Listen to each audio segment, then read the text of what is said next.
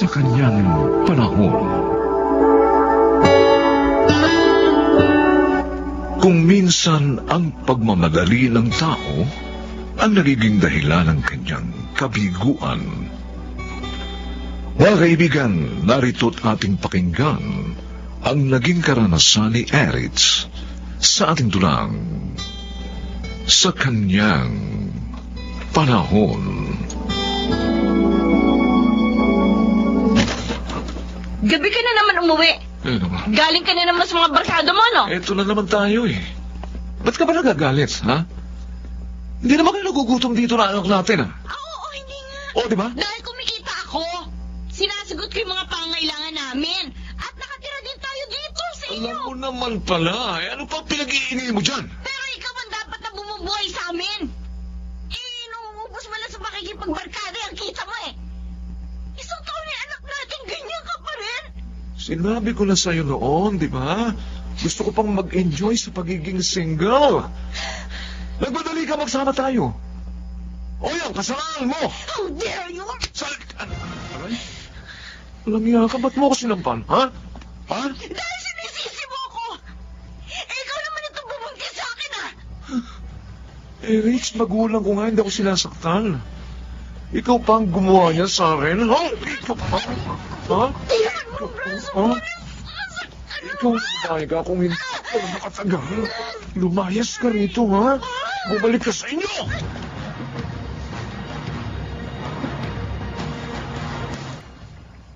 Desidido ka na bang makipaghiwalay kay Joey? Opo, Ma. Walang iya siya. Walang iya siya. Irresponsable. Hindi na nga nagbibigay ng kita niya sa akin. Nakukuha pa ako saktan. Kasi nga pareho pa kayong bata na magsama. Nakagraduate lang kayo ng college, nagsama na agad kayo. Dahil nga buntis na ako, Kuya Ralph. Yun nga. Dapat iningatan mo ang sarili mo para hindi ka nasaktan ng ganyan. Wala na tayong magagawa. Nariyan na yan eh. Isikapin mo na lang na buhayin na maayos tong apo ko. Yun talagang gagawin ko, Ma. Ipapakita ko kay Joey na hindi namin siya kailangan ng aming anak. Erich? Po. Bakit ganito apo ko? Ang init. May lagnat siya. Hindi ko napansin, Ma eh. Pero iyak nga siya ng iyak kanina. Ngayon nga lang siya natigil eh. May rasya siya. Tingnan niyo. Aba, Oo nga, Ma. buti pa, dalhin na natin sa ospital ang pamangking ko. Baka kung ano na yan.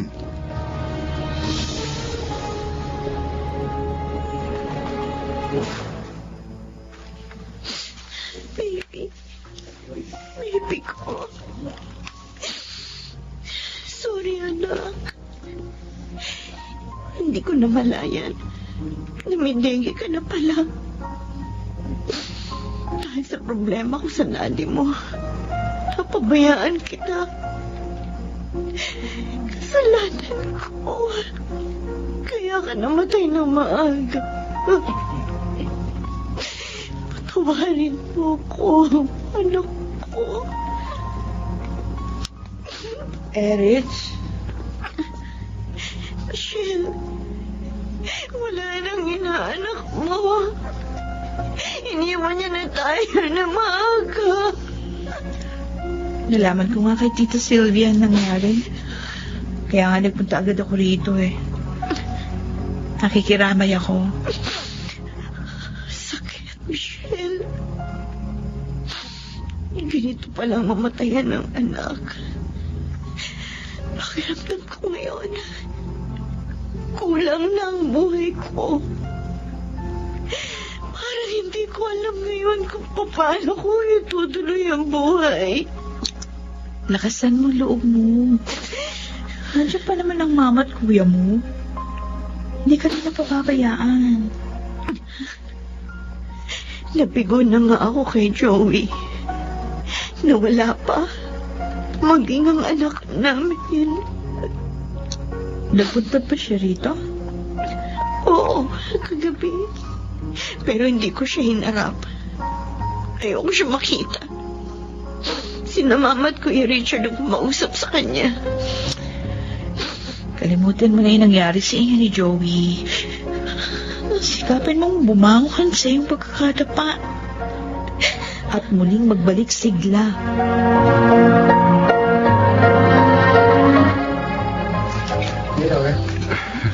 Thanks, Rich. For what, Richard? Sa pagsama mo sa akin mag-lunch dito sa restaurant, Office mate kita. Maayos kang nag-imbita, kaya sumama ako sa inyo. mabuti na lang pala. Dito ko nilipat ng main office sa inyo. Bakit? Dahil nakilala kita, mas naging masaya at makulay ang buhay ko. Richard? Huwag kang magalit, ha? I think I'm falling in love with you.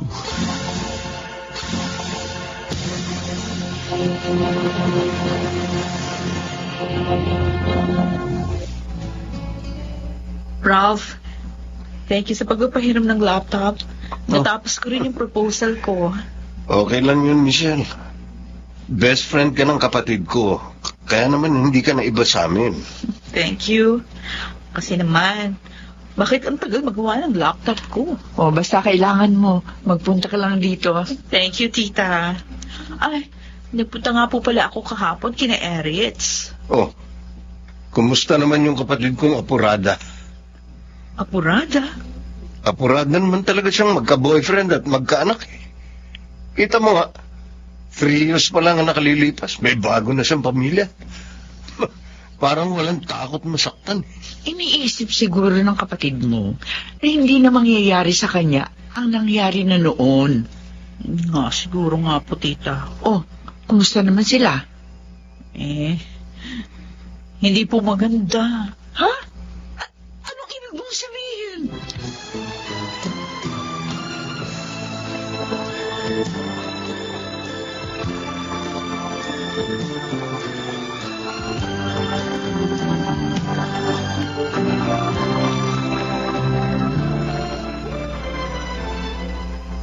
Bakit ngayon ka lang? 1 week ka na wala? Saan ka galing? Di ba sabi ko sa'yo, may seminar kami sa Cebu? 3 days lang ang sinabi mo. Pero 1 week kang hindi umuwi. Nagrelax muna ako. Nakakapagod din magtrabaho, Erich. Sinungaling ka. Ano ka ba? Bakit ka ba namamalo? Totoo naman ang sinabi ko eh. Nakausap ko yung kaibigan mo, si George. At nalaman ko na walang seminar sa Cebu. Ha? Ano ba pagkukulang ko, Richard? Para lukuhin mo ako. Inaasikaso ko naman kayo ng anak natin, ah. Kahit pa may trabaho ako. Pero bakit niloko mo pa rin ako? I'm sorry, Erich. Siguro nga, panahon na para malaman mo. Oo, meron na akong iba. Hindi.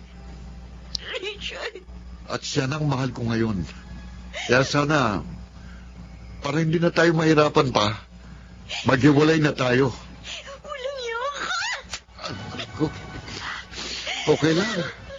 Kahit sampalin mo pa ako. Alam ko na masakit ang ginawa ko sa'yo. Mahal kita, Richard. Pero hindi na kita mahal ngayon. So, please, maghiwalay tayo ng maayos. Hindi naman tayo kasal. Huwag kang mag-alala sa sustentuhan kong anak natin. May sakit ang anak natin, Richard. Kailangan ka namin.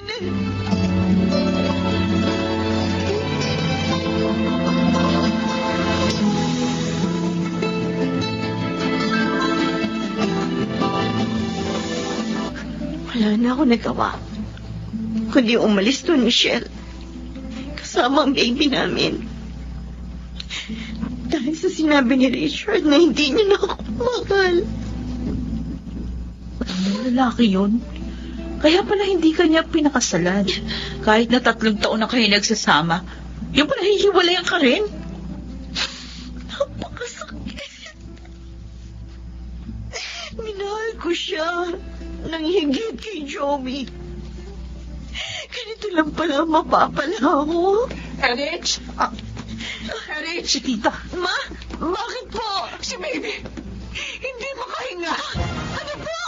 Dali natin siya sa ospital ngayon din!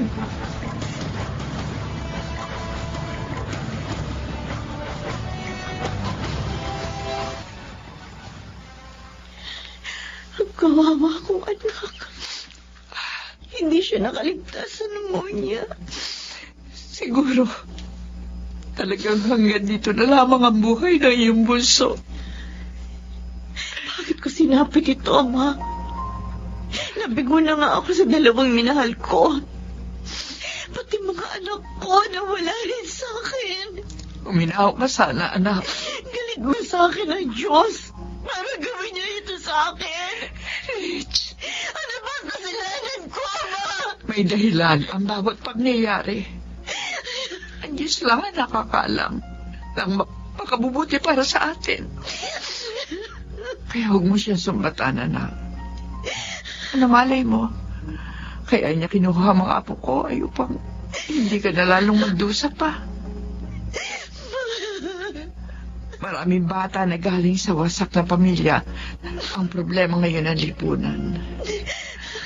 Anak, baka kaya kinuha ng Diyos sa iyo ang mga apo ko ay upang hindi sila mapasama sa mga problema ng bansa. Sakit, Ma. Parang hindi ko na kaya. Makakaya mo yan, anak. Humawa ka lang ng mahigpit sa kanya.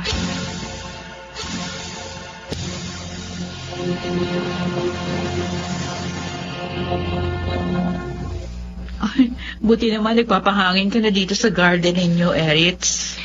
Alala na sa akin sina Mama at Kuya. Kaya naisip ko, piliting magpakatatag. Ayoko nang bigyan pa sila ng dagdag na problema. Tama. Right move yan. Yan ginawa mo. Ngayon ko rin na-realize sa mga pagkakamali ko. Pagka-graduate ko pa lang, hindi ko pa nga napapasaya si Mama. Nagkaanak na ako. Nung magkahiwalay naman kami ni Joey at pumanaw ang anak namin, hindi pa nagtatagal nag-boyfriend na ako at muling nagkaanak. Masyado ako nagmadali, Michelle. Nadala ako ng kapusukan ko. Mabuti naman. Naiintindihan mo na ngayon ang lahat. Sana, kapag nakabangon ka lang muli, huwag ka munang mag-apura. Patatagin mo muna ang iyong sarili.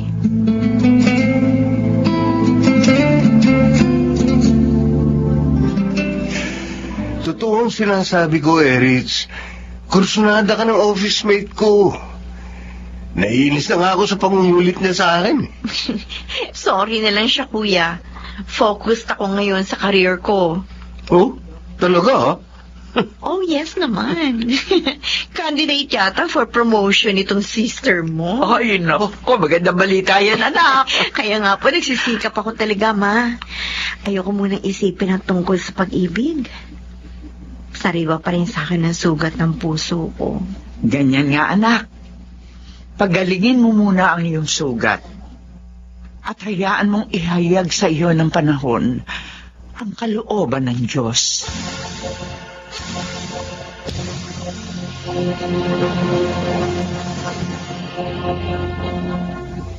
Sa kanyang panahon. Lahat ng tao'y dumaraan sa pagsubok, mahirap man o mayaman. At kahit na nga ang mga ibinubuhay ang kanyang kalooban. Mga kaibigan, narito po ang naging karanasan ni Miguel sa ating dulang sa kanyang panahon.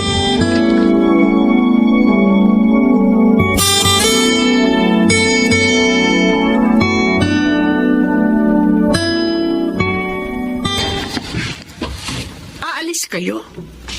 Ano ba yan? Kung kailan kami pumasyal dito, saka naman kayo aalis. Pasensya na, Ate Susana.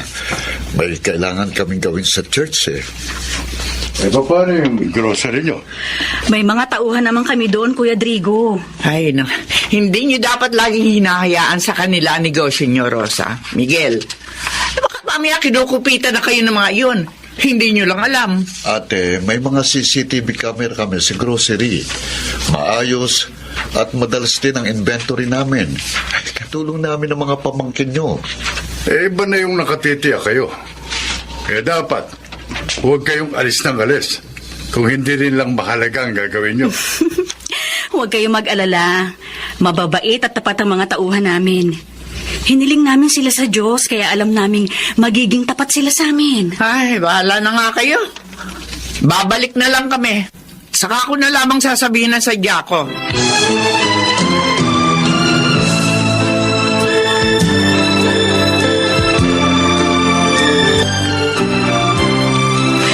Napakainit sa church kanina, no? Oo nga, Rosa. Ang dami na kasi natin eh. At lahat dumadalo. Nakakatuwa naman dahil lahat ang sigla. Tama ka, pero dapat magkaroon na tayo ng mas malaking church para maging komportableng lahat. Maging yung mga gustong dumalo sa congregation natin. May mga naghahanap naman ng mabibiling lupa. Pati nga si Sister Marie. Kaya lang wala pa silang makita. Naisip ko, ano kaya kung i-donate natin yung lupa natin? Total, bakante naman yun. Oo nga, no? Oo, di ba? At malaki yun. At kapag doon itinayo ang church natin, magiging komportable ng lahat ng pupunta doon. Pero, papayag kaya yung mga anak natin? Kasi, magiging kabawasan yun sa mga mana nila.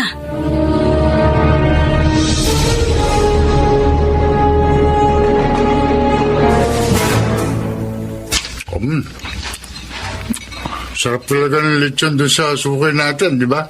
Di nakakasawa. Sinabi mo, Padrigo. Kaya hindi ko mapigilang magpapake.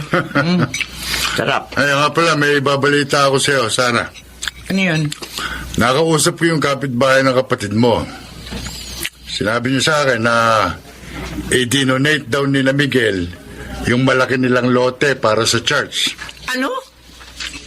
Dinonate lang? No, yun ang sabi ni Tonyo. Abay, pambira. Pinamigay lang nila yon. Ang laki nun ah. Sana sa akin na lamang niya binigay. Kapatid niya ako. Hindi niya ako naisip. Ewan ko ba rin sa kapatid mo? Di man lamang nang hinayang eh. Bakit kita sa akin ng lalaking yon?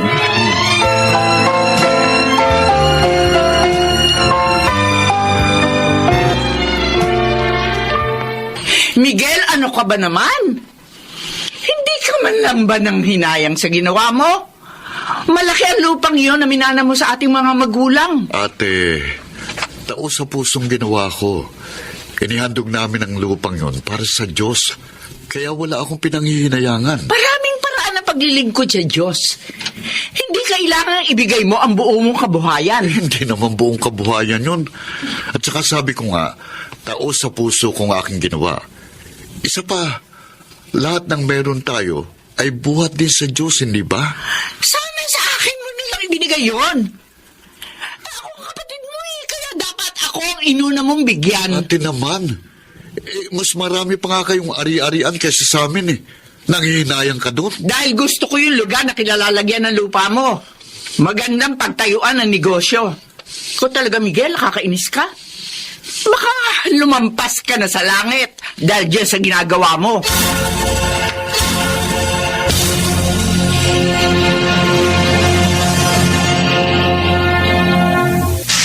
Masayang-masaya ang mga nabigyan natin ng tulong kanina, Miguel. May napaiyak pa nga sa tuwa. Nakita ko rin yun, Rosa. Yung iba naman, hindi matapos-tapos ang pasasalamat sa atin. Kaya sulit kahit nakakapagod. Bakas din sa mukha nila na nagliwanag ang kanilang isip. Dahil sa mga salita ng Diyos na ipinayo natin sa kanila. Huh? Miguel! Oh. Ang tricycle! Oh!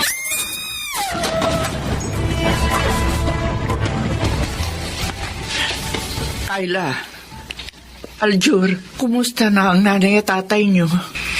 Wala pa po silang malay, Tita Susana. Ginagamot pa po sila. Ang sabi po ng doktor, delikado po ang lagay nila.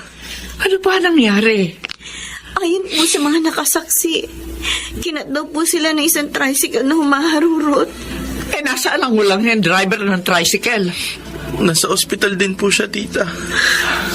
Tita, aalis po muna kami sandali ni Aljur. Aattend lang po kami ng practice namin sa choir. Sa church na naman? Hindi ba kayo nag-aalala sa mga magulang nyo? Nag-aalala po. Ganun naman pala eh. Bakit nyo sila iiwan? Pupunta po kami doon para tumupad ng duty namin. At para iparating din po sa mga churchmate namin ang nangyari. At higit po sa lahat, para ipanalangin sina inay at itay. Para iligtas po sila ng Diyos. Yung sa ospital. Sandali. May nagtag sa cellphone mo, ate. Si Tita Susana Aljur. Nagkamalay na raw sina inay at itay.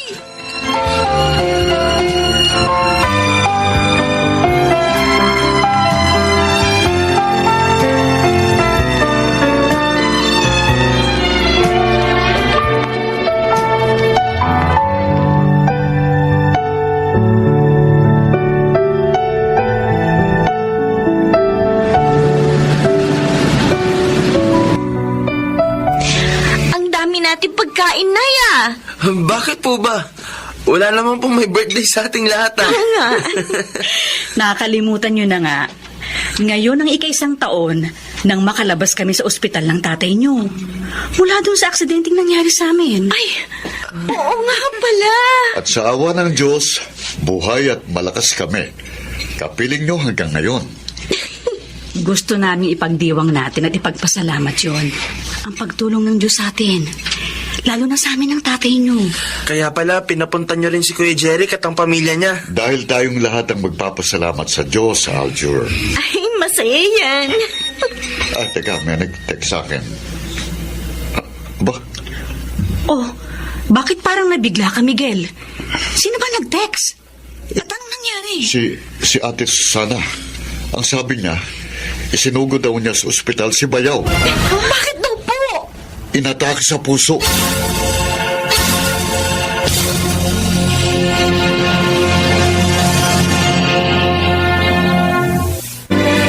Miguel, mula pa nang dumating ka kanina, wala kang kibo. May problema ba tayo sa negosyo? Wala, Rosa. Bakit ka ganyan? Naaawa lang ako kina Ate Susana. Nakalabas na ng ospital si Kuya Drigo, di ba? Yun nga lang, mahabang gamutan pa ang kailangan para muling makalakad siya at makapagsalita ng maayos. Malaking gastusin pa yun. May nabalitaan kasi ko tungkol sa kanila eh. Nabalitaan? Ano yun?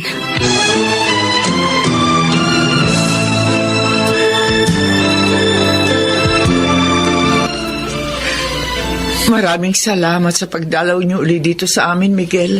Rosa, kahit papaano, nababawasan ang lungkot ko pag nakikita ko kayo. Ate, magkapatid tayo. Kaya tama lang na damayan namin kayo. Kumusta na kayo, ate?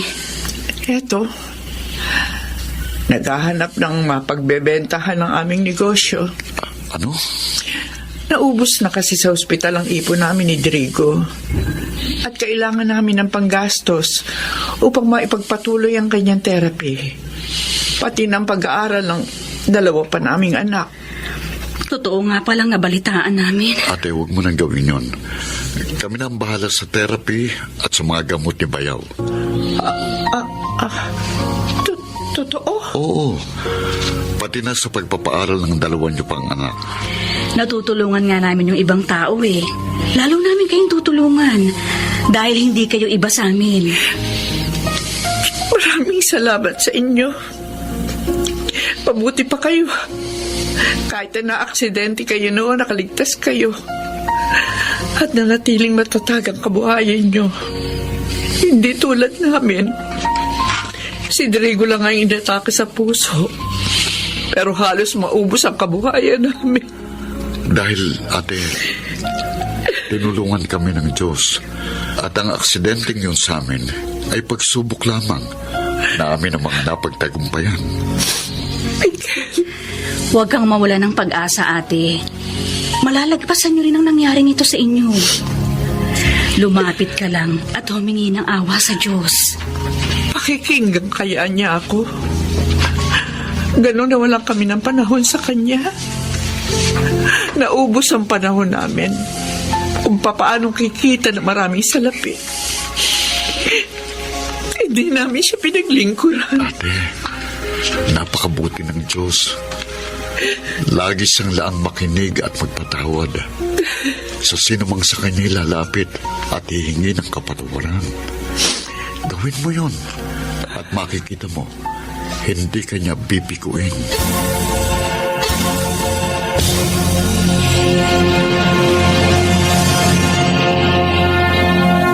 Sa kanyang panahon, may mga taong pakiramdam ay mailap sa kanila ang kaginhawaan. Iyon ay dahil sa kawalan ng pinag-aralan. Pahirap pa ang naging katuwang sa buhay. Mga kaibigan, narito't ating pakinggan ang naging karanasan ni Janice sa ating dunang sa kanyang panahon.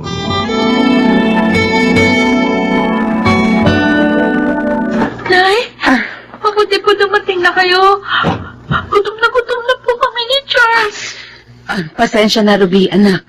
Tinulungan ko pa kasi si Aling Barang sa pag-aasikaso dun sa mga dumating na nakikipaglamay sa kanila eh.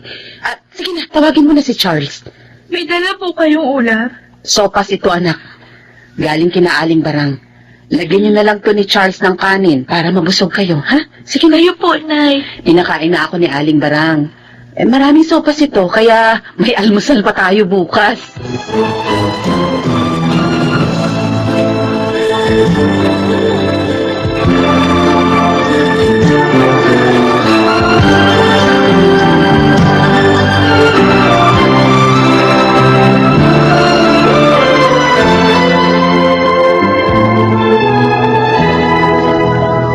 Julie, Mang Emong, heto na po ang mga damit na pinalabhan at pinaplansya niyo po sa akin. Tapos ko ng lahat. Ay, salamat, Janice.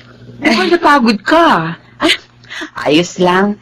Basta nagawa ko ang trabaho ko. Ito lang naman kasi ang alam kong pwede kong maging trabaho. Dahil hindi ako nakatapos kahit high school. Hindi naman sa nakikialam ako, Janice. Ako naman nagmamalasakit lang sa'yo. Dahil kaibigan ka ng anak ko. Kaya nga po nagpapasalamat ako sa inyo. Bukod sa pagmamalasakit ninyo, natutulungan niyo pa ako. Ay, walang anuman yun, Janice. Pero tingin ko, mas makatutulong kung mag-aasawa kang muli. Yung kaya kayong buhayin mag-ina. Ay, ano ba naman kayo kung ano nung sinasabi niyo? Hindi ako nagbibiro, anak. Malay natin, makahanap si Janice ng mainam na makakatuwang niya sa buhay. Parang ayaw ko na po mag-asawang muli. Natatakot na ho ako, Mang Emong. Dahil ba sa mga pahirap na naranasan mo sa una mong asawa? Opo. Mula nang mamatay si Dodong, nakalaya na ako sa mga hirap ng katawan at kalooban. At ayoko na po maulit pa yun. Tama ang kaibigan ko, Tay. Mahirap po magtiwalang muli. Saka isa pa, may anak siyang babae. Baka mamaya, salbahihin lang yun ang magiging asawa niya.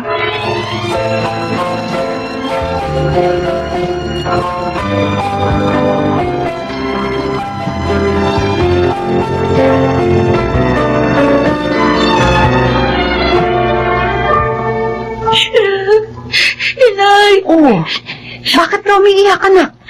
Nakasalubong ko si Aling si Mang. Oh, Sabi niya, magbayad na tayo ng utang natin sa bahay niya. Kung hindi daw, tatapon niya lahat yung gamit natin. ano? Pinugtawan ng tuloy ako ng mga kalaro ko. Pambihira naman siya. Nag-usap na kami Pati ikaw, binungangaan pa. Sabi pa ng iba pang mga bata kanina, laman daw tayo ng mga lamayan.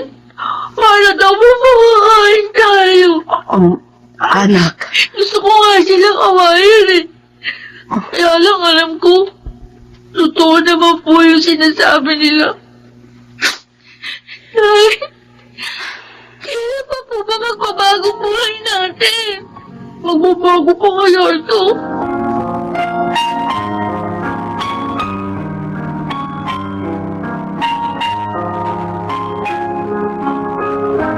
Lino, narito ka pala. Nagtinda ako ng mga kakanin. Humango ako kaya ngayon lang ako dumating. Okay lang, Janice. Kumusta naman ang pagtitinda mo? Ay, ayos naman. Naipaubos ko, kaya may kita ako kahit papano. May pambaon ng mga anak ko.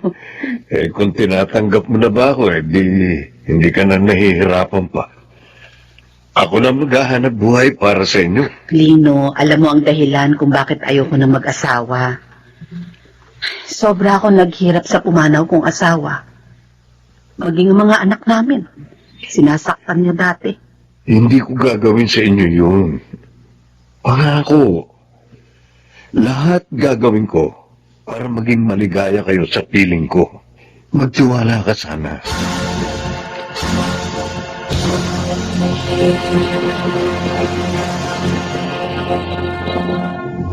Tulog na ba sina Charles at Ruby, Janice? Oo, Julie. Salamat nga pala sa pagpapatuloy niyo sa amin dito sa bahay niyo, ha? Kung wala kayo, hindi ko na alam kung saan kami pupunta ng mga anak ko.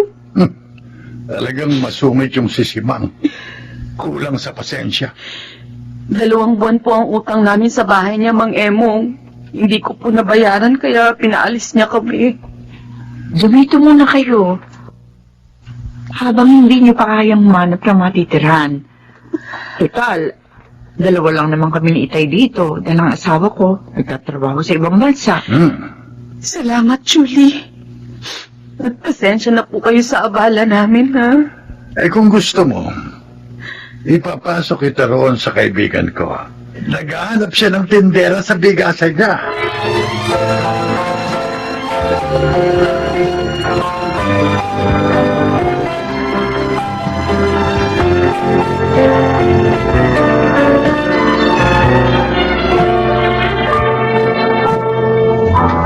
Ganun pala nangyari sa inyo ng mga anak mo.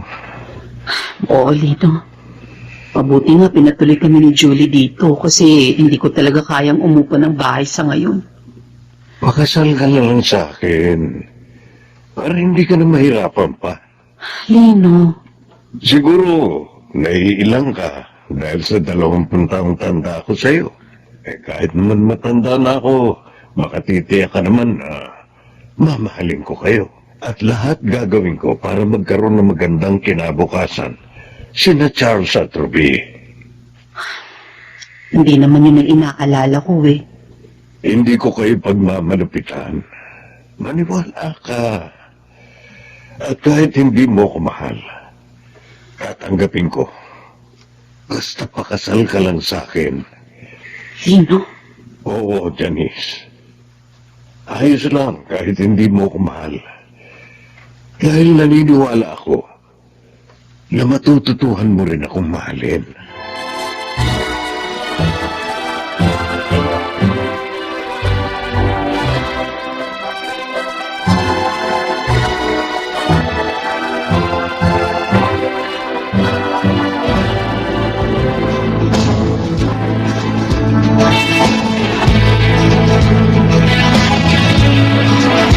Ito po yung padalang ulam ni Inay para po sa inyo ni Tita Julie, Lolo Emong.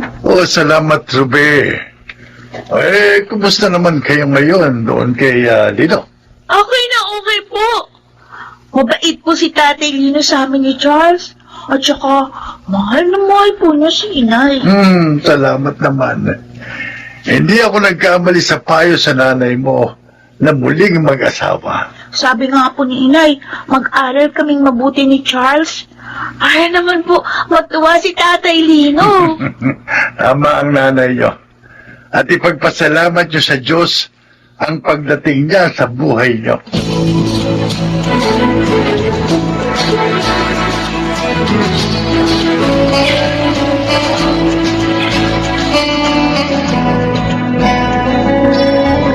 Talaga? Matatapos na sa koleyo si Charles? oo, Julie. Accounting ang kinuha niyang kurso. Ang bilis ng panahon, ano? Parang kailan lang na magtapos ng management si Ruby. Ngayon, si Charles naman. Oo nga. Alam mo, tuwang-tuwa si Lino. Hindi raw siya binigyan ng sakit ng ulo ng mga bata. Swerte mo kay Lino, Jagding. Ay, tama ka. Biyaya siya ng Diyos sa akin. Dininig niya ang mga dalangin ko. Ilang araw bago kami ikasal ni Lino. Oh, ano? Ano yun? Oo, Julie. Nagsagawa ako ng panata sa kanya. Oo. Ilang araw bago ako pakasal kay Lino. Dahil nga, alam mo naman, natatakot ako sa gagawin ko. At ibinigay sa'yo ang hiniling mo. Oo. At sa pamamagitan ni Lino, natawi ang mga hirap at lungkot ko. Kaya naman, napamahal na rin siya sa akin.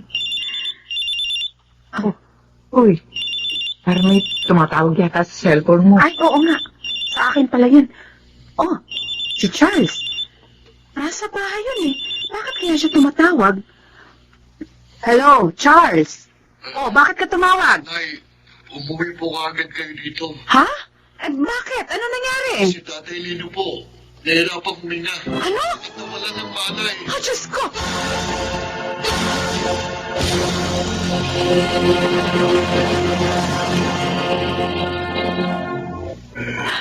Janice, Narito ako, Lino. naiiwan na kita. Huwag. Huwag kang magsalita ng ganyan. Kagaling ka pa.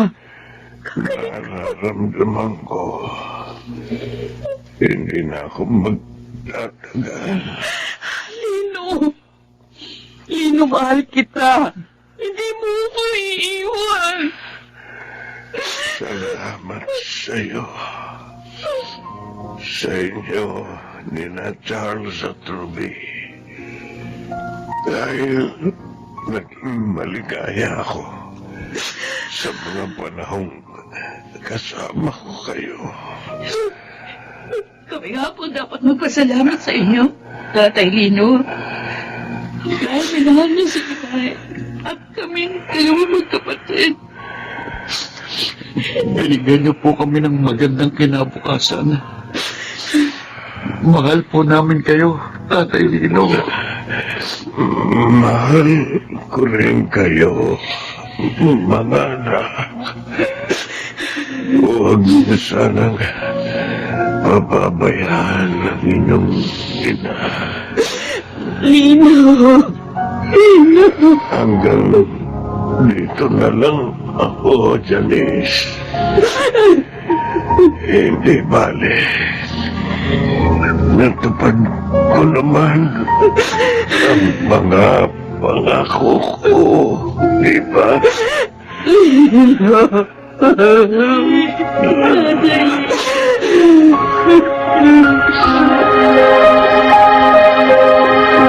Malayo po dito yung bago kong trabaho, Nay.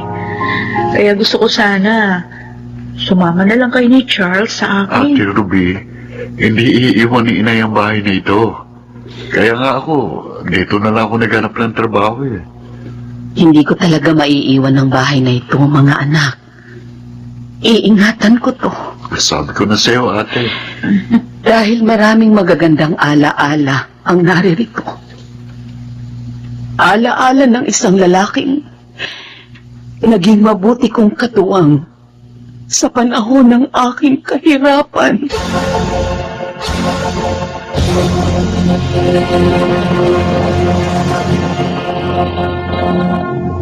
Sa kanyang panahon,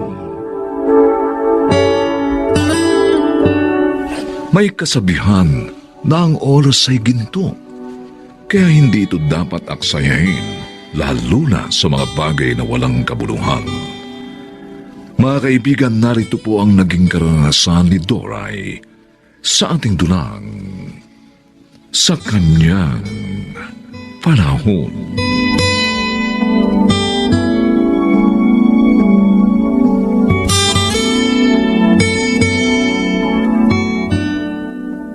Ay, dumating na pala kayo, Itay. Oo, Ami. At hulaan ko. Wala na naman ang nanay mo, kaya ikaw ang kumuha ng mga tuyong damit natin sa sampayan. Opo, Itay. Kanina pa ako rito pero wala pa rin si Inay eh. Nakapagluto na rin po ako ng hapunan natin. Nanay mo talaga, oh. Hindi na nagbago. Napakaraming ulit ko na siyang pinagsabihan na iwasan ang pakikialam sa buhay na may buhay. Eh, ganun pa rin siya hanggang ngayon. Para nga pong walang pagkadala si Inay. Kahit na madalas siyang mapaaway, hindi pa rin nagbabago. Ay, nako! Narito na pala kay Tinoy. Ami, Kanina pa po, Inay. pasensya na kayo, ha? Si Maring Pekta kasi. Nako, ang daming kwento. Eh, hindi agad ako nakaalis. Ikaw talaga, Doray.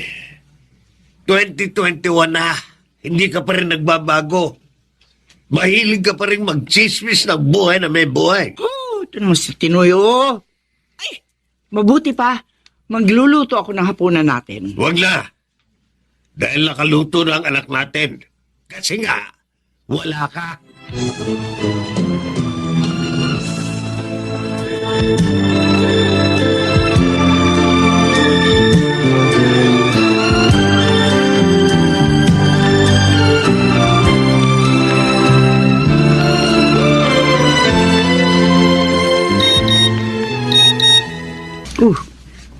May text na naman si Maring Pekta. Pambihira. Yung palang trabaho ng kapitbahay nila. Ay, tapos kung umarte, akala mo sobrang hinihin.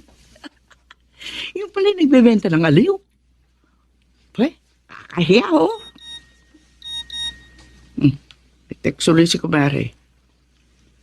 Ay, teka, ano ba inaamoy kung amoy nasusunog na sila? Ay, yung sinain ko! Ha? Sa kaya yun? Ay, sunog na! Oh, patay ako dito sa asawa ko. Diyak nakatakot-takot na sermon na naman ang aabutin ko. O, Rigor, ito na yung hinihingi mo sinangag at tuyo. Salamat. Lota, napapansin ko na mag-ilo sa'yo mga kapitbahay natin, ha? Mababait naman sila. Kaya marami sa kanila kaibigan ko. Pero isa sa kanila, hindi ko gusto. Di mo gusto? Sino? Si Aling Doray. O bakit naman? Mukha naman siyang mabait. Chismosa kasi siya. At madalas masangkot sa gulo. Yun ang sabi ng ibang kapitbahay natin. Kahit daw nung wala pa tayo rito. Ganun ba? Oo. Kaya huwag kang masyadong makikipaglapit sa kanya. Aba, mahirap na. Baka masangkot ka pa sa gulong pinapasok niya.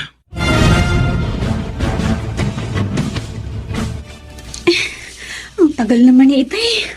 Baka kung ano na nangyayari kay Inay. Ami, narito na ako.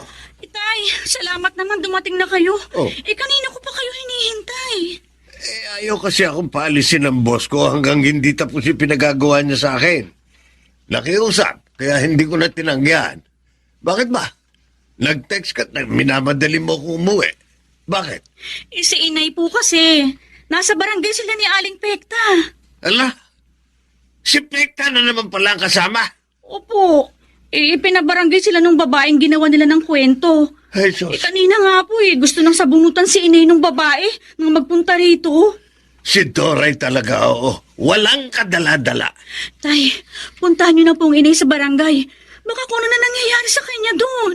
Nakakundi ko lang mahal ang nanay mo, anak. Matagal ko na siyang hiniwalayan.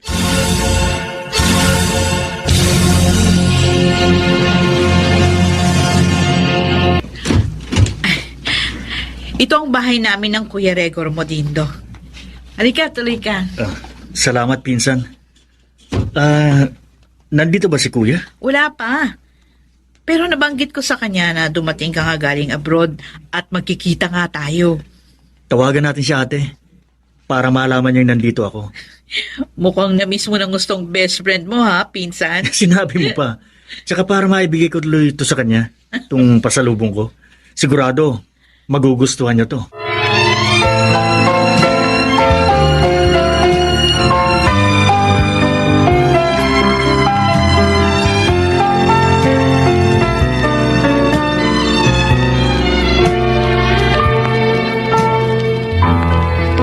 Anak ng Shoktok, hindi ako makapaniwala sa nakita ko. Si Lota, akbay ng isang gwapong lalaki. At masaya silang nag-uusap. Tapos, pumasok pa sila sa bahay nila ni Rigor. Paano yun? Di silang dalawa lang doon. Dahil wala doon si Rigor. Ay, nako. Anak ng Nay! patino. Nasaan na po ba yung bill natin sa tubig at Birang ilaw? babae. Dahil nakita ko kanina umaga sa Rigor na papasok sa opisina. Bakit nga ganun? Anong ibig sabihin ng mga nakita ko? Pinagtatak sila ni Lota si Rigor. Hoy, nako, akala ko pa naman ulirang asawa siya. Pambirang babae, Nay! oo. Nasaan po yung bill natin sa ilaw at tubig? Ay, nahulog na kabayo. Ay, ano ka ba? Ba't ka ba nakugulat dyan? Hindi ko po kayo ginugulat. Kinakausap ko kayo pero hindi niyo ako marinig. Ganon. Pasensya ka na. May iniisip lang kasi ako. Ano po ba yun? Doray, Hmm. kanina ko pa napapansin. Parang may malalim kang iniisip. May problema ka ba? Wala, Tinoy. Bakit? Bakit ka nagkakaganyan? Ano gumugulo sa isip mo? Kasi, hindi ako makapaniwala sa nalaman ko. Anong nalaman? Tinoy, Oh, si Lota, nagtataksil kay Rigor. ano? Ay, Doray, chismis na naman yan eh. Itiko mo yung bibig mo, ha? Dahil kung noon hindi ka napahamak, baka sa pagkakataong to, mapahama ka na. At madamay pa kami. Baka mapatay pa tayo ni Rigor. Balita pa naman dito ang pagkaastig ng taong yun. Pero Tinoy, kitang-kita ko. Akbay si Lota ng isang gwapong lalaki. Hay, at ang sweet nila, ha? Pumasok sila sa bahay nila. Wala naman daw si Rigor. Ano iisipin ko? Di nagtataksil siya. Tumahimik ka! Mabigat na bintang yan.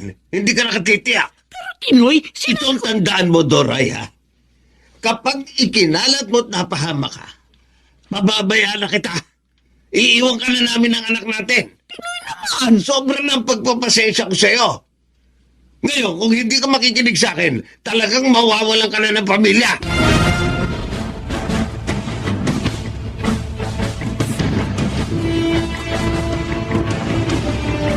Aba, si Aling Dora yun na. At mukhang ako ang hinihintay. Bakit kaya? Naku, huwag siyang magkakamaling kwentuhan ako ng chismis. Dahil talagang babarahin ko siya. Rigor! Magandang gabi. Magandang gabi rin po, Aling Doray. Ano po bang sa atin? Juan,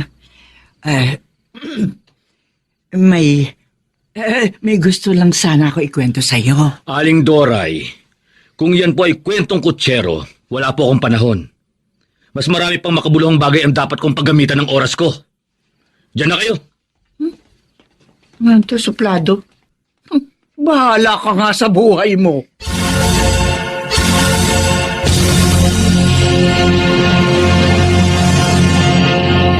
So, ng Kuya Rigor mo, magstay ka rito ng ilang araw, Dindo.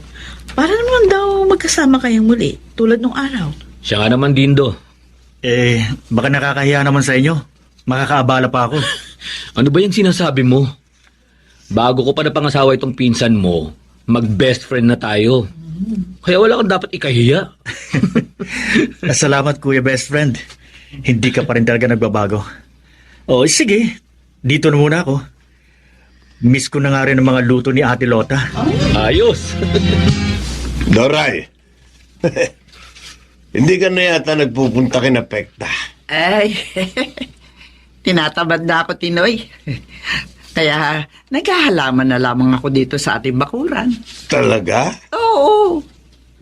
Napapansin namin ng anak natin. Bihira ka na rin lumabas ng bahay. May sakit ka ba? Ay, wala. Ikaw naman, ayaw niyo ba nun? Nagbabago na ako. Totoo ba yan? Oo, totoong-totoo na ito, Tinoy. Kasi nalaman ko, hindi naman pala kalaguyo ni Lota yung lalaki nakita ko nakakabay sa kanya. Pinsan pala niya yun. Diyan pa nga sa kanila nagbabakasyon eh. Uy, nakita mo na. Mm. Kung nagkataong ikinalat mo ang hinala mo, malaking disgrasya ang inabot mo. At baka nadamay pa kami ni Ami. Kaya nga eh. Alam mo, hiyang-hiya ako sa inyo.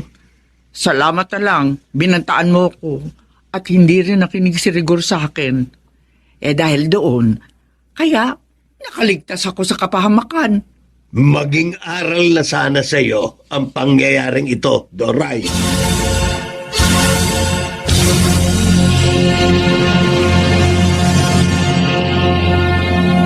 Sa kanyang panahon, may pagkakataong malalaman lang talaga natin ang halaga ng isang bagay o isang tao kung wala na ito sa ating buhay. Mga kaibigan, narito ang naging karanasan ni Ingo sa ating dunang sa kanyang panahon.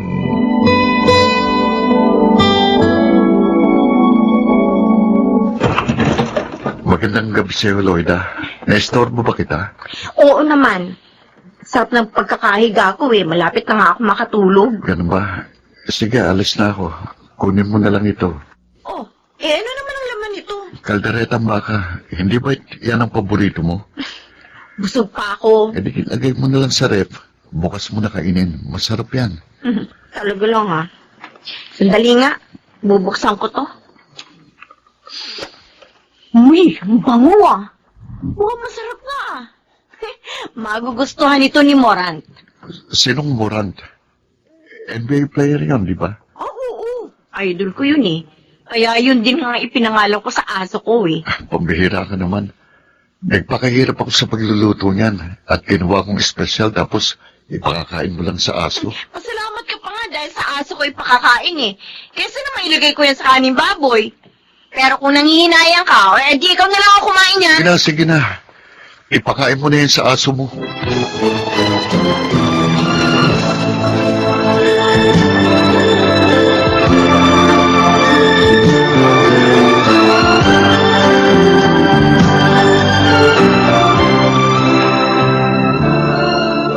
Kunwari ka pa, nakimuran po, ipapakain. Pagkatapos, ikaw rin pala lalanta. Ang sarap kaya nito. At saka isa pa, sinabi ko lang naman yung kay Ingo. Para naman, mawala siya ng gana sa panliligaw sa akin. Napakabait at napakatyaga niya si Ingo. Ano pa ba naman ang ayaw mo sa kanya? Ano naman ang magagawa ko, Nay? Hindi ko talaga siya type eh. Pero alam mo anak, gusto ko siya para sa iyo. Iilan na lang ang mga lalaking katulad niya. Kaya naman pala may gusto sa kanya eh. Di sasabihin ko sa kanyang kayo na lang ang ligawan niya. Total, byuda naman kayo. Malay niyo, magustuhan din kayo ni Ingo. Ano ba kalukuhan niya pinagsasabi mo dyan? Hoy, si Inay! May gusto kay Ingo! Sira ulo! Gaga! Saan ka ba pupunta? Sasamahan kita. Kung sabihin ko kayang sa impyerno ako pupunta, ha? Kasamahan mo pa rin ba ako? Kahit pa siguro sa impyerno ka magpunta, ipaparamdam ko sa iyong nasa langit ka pa rin. Dahil akong yung magiging guardian angel. Anong guardian angel ka dyan? Mukha kang ng demonyo. Buntot at sungay na lang ang kulang sa'yo, no? Grabe ka talagang manlait. Ay naku, hindi kita nilalait. Sinasabi ko yan totoo. Hindi kita type eh. Kaya pwede ba? Tantaran mo ako!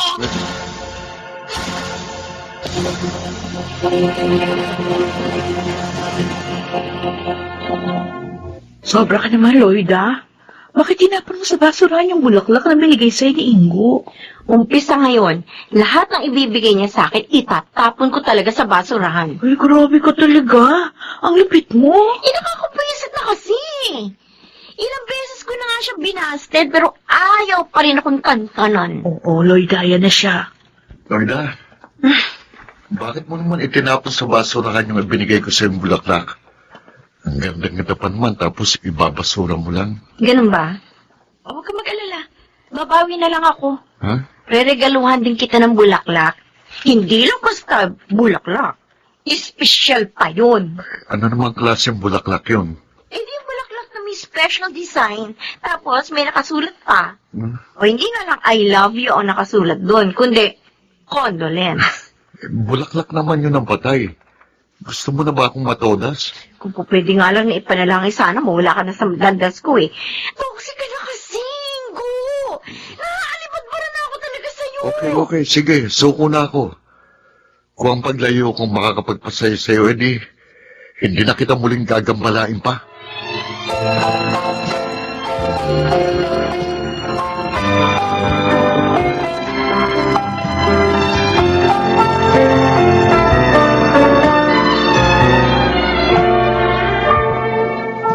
Pare, napakasakit talaga ng ginawa niya.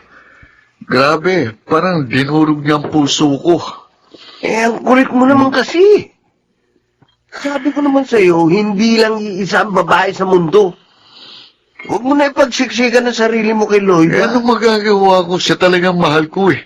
Kalimutan mo ng lintik na pagmamahal na yan. Ano naman?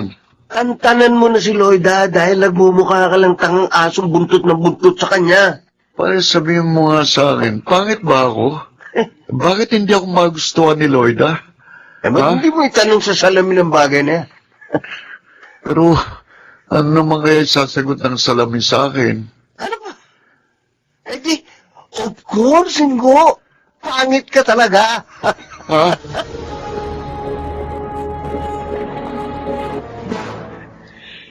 Ang hirap naman ng ganito.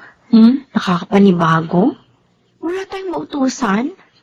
Nag-resign na kasi si Ingo bilang messenger natin eh. Eh kasi masyado siya nasaktan sa mga ginagawa mo. Eh ano naman ang magagawa ko? Nakakairita naman talaga yung kakulitan niya eh. Alam mo, Lloyda, baka mamaya dumating yung panahon.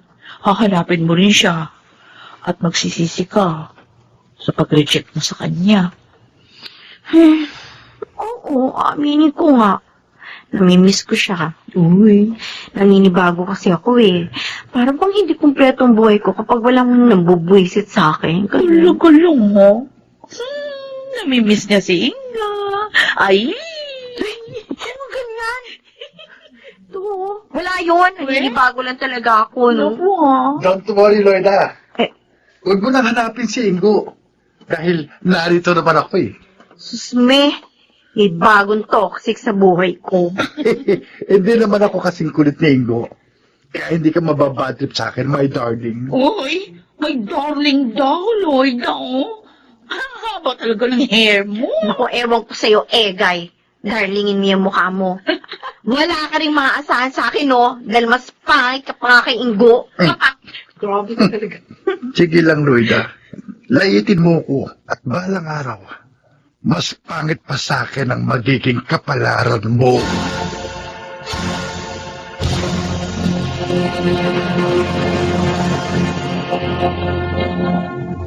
Mukhang malalim ang iniisip mo, anak ah. May problema ba? Wala po, Nay. Namimiss ko lang po si Ingo. Talaga? Nangangahulugan lang sigurong mahal mo na rin siya. Di naman po siguro. Naninibago lang po ako. Anak, babae rin ako. At ganyan-ganyan din ang ginawa sa akin ng tatay mo nung nililigawan pa niya ako. Halos araw-araw din siya kumaparamdam sa akin. Pero hindi ko siya pinapansin. Tapos, bigla na lamang siya naglahong parang bula. Inanap-hanap ko siya. At doon ko napagtanto, mahal ko pala siya. Ano pong gusto niyong puntuhin? Mahal ko na rin po ba si Ingo? Aba, hindi ko alam. Dahil ikaw lang ang makababatid niyan.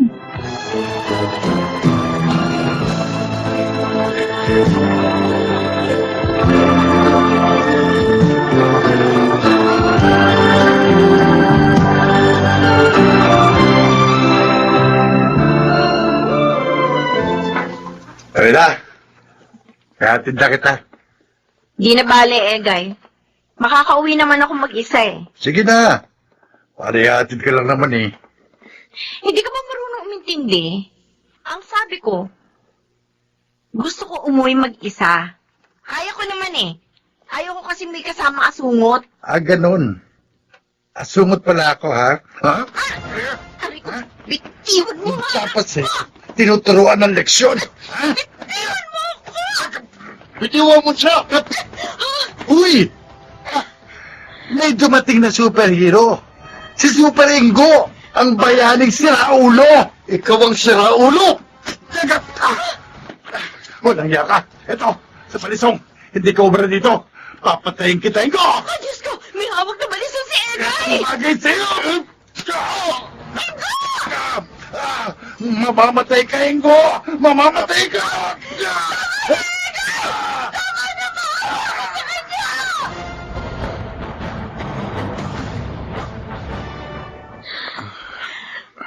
Ang buong akala ko talaga, tuluyan ka na mapapahamak. Bakit naman kasi pinatulan mo pa si Egay? Lloyda, mahal kita. Kahit buhay ko, itataya ko para sa'yo. Sorry, Ingo. Patawarin mo ako.